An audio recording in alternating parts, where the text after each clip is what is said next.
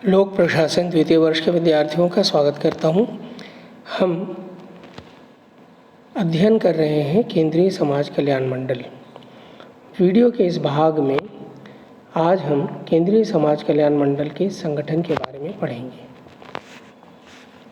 केंद्रीय समाज कल्याण मंडल के 12 सदस्य पहले नियुक्त किए जाते थे, जिसमें एक अंशकालिक सभापति, वित्त, शिक्षा, स्वास्थ्य एवं श्रम मंत्रालय से एक सदस्य तथा विभिन्न समाजसेवी संस्थाओं, लोकसभा और राज्यसभा से 7 गैर सरकारी सदस्य होते थे।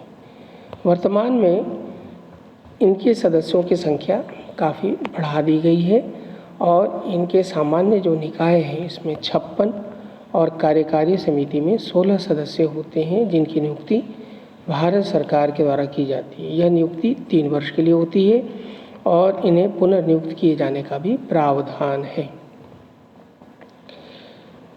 सामान्य निकाय में सदस्यों के जो संख्या है, अगर उनका वर्गीकरण देखें तो इनमें एक अध्यक्ष होते हैं और इसके अलावा सभी राज्यों, संघ, राज्य क्षेत्रों के मंडलों के अध्यक्ष होते हैं, जिनकी कुल संख्या 34 है। संसद के प्रतिनिधि इसमें शामिल हैं, जिसमें 2 लोकसभा से और 1 राज्यसभा से होते हैं। इसके अलावा विभिन्न विषयों जैसे विधि, चिकित्सा, पोषण, समाज कार्य, शिक्षा, सामाजिक विकास के क्षेत्र से एक विशेषज्ञ को नियुक्त किया जाता है। साथ ही साथ समाज कार्य का व्यापक अनुभव रखने वाले प्रतिष्ठित व्यक्तियों की संख्या 3 होती है और भारत सरकार के विभिन्न मंत्रालयों या विभागों के जो प्रतिनिधि होते हैं, ये सभी जो सरकारी अधिकारी के रूप में होते हैं, ये लोग, इनकी संख्या 9 होती है। तो जिनमें प्रमुख रूप से महिला बाल विकास मंत्रालय, ग्रामीण विकास मंत्रालय, स्वास्थ्य एवं परिवार कल्याण मंत्रालय, माध्यमिक एवं उच्चतर शिक्षा विभाग, मानव संसाधन मंत्रालय, सामाजिक न्याय अधिकारिता मंत्रालय, श्रम एवं रोजगार मंत्रालय, व्यय विभाग, वित्त मंत्रालय, नीति आयोग से एक संयुक्त सचिव स्तर के प्रतिनिधि तथा एक वित्तीय सलाहकार को शामिल किया जाता है। कार्यकारी निदेशकों की संख्या 1 होती है और कुल मिलाकर इनकी सदस्य संख्या 56, यानी यह जो निकाय होता है काफ़ी बड़ा निकाय है केंद्रीय समाज कल्याण मंडल का। और ये 56 सदस्यीय जो निकाय मंडल है, इसका मुख्य उद्देश्य समाज कल्याण के क्षेत्र से जुड़े नीति निर्माण का कार्य करना होता है। साथ ही साथ कार्यक्रमों का मूल्यांकन एवं सामान्य कारण संचालित संबंधी मामलों को ये देखता है। सामान्यतः मंडल के अध्यक्ष एवं सदस्यों के रूप में महिलाओं को प्राथमिकता दी जाती है। मंडल की जो बैठक होती है वर्ष में 1 बार होती है, जिसमें मंडल के जो अकाउंट से लेके प्रगति, बजट, भावी कार्यक्रम और अंकेक्षण की जो रिपोर्ट है उस पर चर्चा की जाती है तथा निर्णय लिए जाते हैं। चूँकि यह मंडल का जो मंडल निकाय है, इसमें सदस्य संख्या 56 होती है, तो इतने बड़े जो निकाय है, ये एक समझ लीजिए मंडल का विमर्शकारी परिषद है, जिसमें यानी इसका संसद है, जिसमें यह चर्चा होती है। लेकिन कार्य करने के लिए एक छोटी कार्यकारी समिति का भी गठन किया जाता है, जिसमें प्रमुख रूप से केंद्रीय समाज कल्याण मंडल के अध्यक्ष और राज्य संघ, राज्य क्षेत्र समाज कल्याण मंडलों के 5 जो अध्यक्ष होते हैं, उनको इसमें शामिल किया जाता है और ये चक्रानुसार चलता है। क्योंकि 34 सदस्य सभी राज्यों के मंडलों के अध्यक्ष के रूप में यहाँ सदस्य शामिल होते हैं, तो 34 के 34 यहाँ शामिल नहीं होते हैं। चक्रानुसार एक करके, है ना, इनको आमंत्रित किया जाता है और 5 जैसे अध्यक्ष जो हैं वो एक बैठक में, वर्ष की एक बैठक में शामिल होते हैं। तो ये प्रक्रिया है इसके संरचना के संदर्भ में।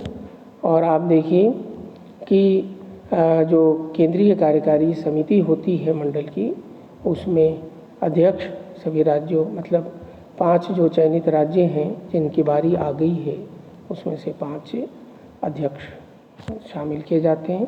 साथ ही साथ भारत सरकार के मंत्रालय और विभागों के 7 प्रतिनिधि और 2 विशेषज्ञ और केंद्रीय समाज कल्याण मंडल के जो कार्यकारी निदेशक होते हैं वो आवश्यक रूप से इसमें शामिल हो जाते हैं। तो यह जो कार्यकारी जो समिति होती है मंडल की, उसमें 16 सदस्य होते हैं और यही जो एग्जीक्यूटिव बॉडी है, इसी का मुख्य कार्य होता है केंद्रीय समाज कल्याण मंडल में, या केंद्रीय समाज कल्याण मंडल के आर्थिक, प्रशासनिक, कार्मिक, वित्तीय, प्रबंधकीय मामलों से संबंधित नियंत्रण एवं निर्णयन का कार्य करती है। साथ ही साथ यह मंडल की नीतियों का भी निर्धारण करती है। सामान्यतः इसकी बैठक 2 माह में 1 बार और वर्ष में प्राय 6 बार होती है तथा आवश्यकता अनुसार विशेष बैठकें भी बुलाई जाती है। चूँकि मंडल के अनेक प्रकार के कार्य होते हैं, इसीलिए अस्थायी और आकस्मिक कार्यों के निष्पादन के लिए अस्थायी समितियों का भी गठन किया जाता है। भारत सरकार द्वारा मंडल के अध्यक्ष की सलाह से कार्यकारी निदेशक तथा आंतरिक वित्तीय सलाहकार और मुख्य लेखाधिकारी दोनों एक ही व्यक्ति होते हैं को नियुक्त किया जाता है तथा इनका कार्यकाल एवं मानदेय सामान्य निकाय द्वारा निर्धारित किया जाता है। मंडल का कोई भी सदस्य सेवानिवृत्ति या पदमुक्त होना चाहता है तो इसे 1 माह पूर्व लिखित में कार्यकारी निदेशक को त्यागपत्र दे सकता है और अध्यक्ष द्वारा यदि उसके त्यागपत्र स्वीकार कर लिए जाते हैं तो उस दिन से वो उसका पद रिक्त हो जाता है।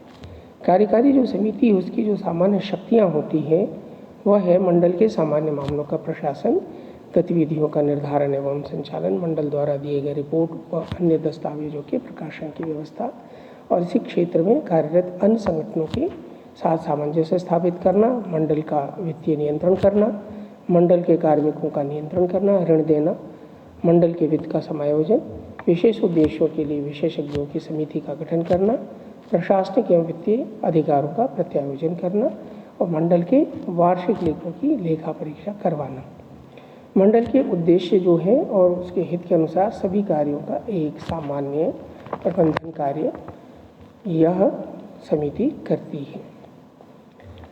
अब इसकी जो सामान्य बैठकें हैं CSWB की, अगर उसको हम देखें तो वार्षिक सामान्य बैठकों के अलावा जो भी बैठकें होती है वो विशेष बैठकें कहलाती है और इसके लिए 14 दिन पूर्व सूचना दी जाती है, सब सदस्यों को सूचित किया जाता है। इसका जो कोरम होता है वो 10 सदस्य का होता है। यदि आधे सदस्यों की मांग की जाए तो अध्यक्ष विशेष बैठक आयोजित कर सकता है। मंडल का अध्यक्ष सभी बैठकों की अध्यक्षता करती है क्योंकि महिला होती है और उनकी अनुपस्थिति में उनके द्वारा नामित व्यक्ति जो है उसका अध्यक्षता करता है और उसकी भी अनुपस्थिति हो तो उपस्थित सदस्यों में से एक चयनित व्यक्ति बैठक की अध्यक्षता करता है।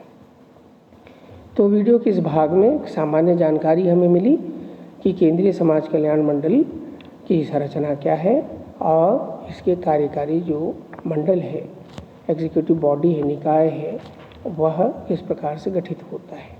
वीडियो के दूसरे भाग में हम इसके जो कार्यालय है उसकी संरचना और एक रूपरेखा हम देखेंगे विस्तार से और उसके बाद CSWB के कार्यों के बारे में